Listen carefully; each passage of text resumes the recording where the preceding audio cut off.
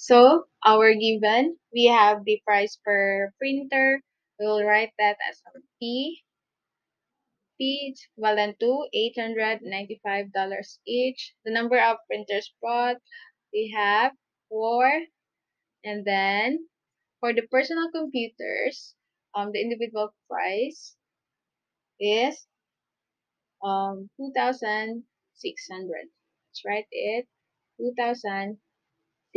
And the number of personal computers bought is, we have here 7.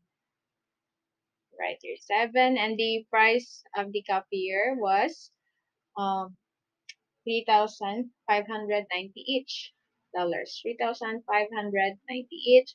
And then the number of copiers bought is 3. So what do we need to find? We need to find the total cost of the printer. That's right.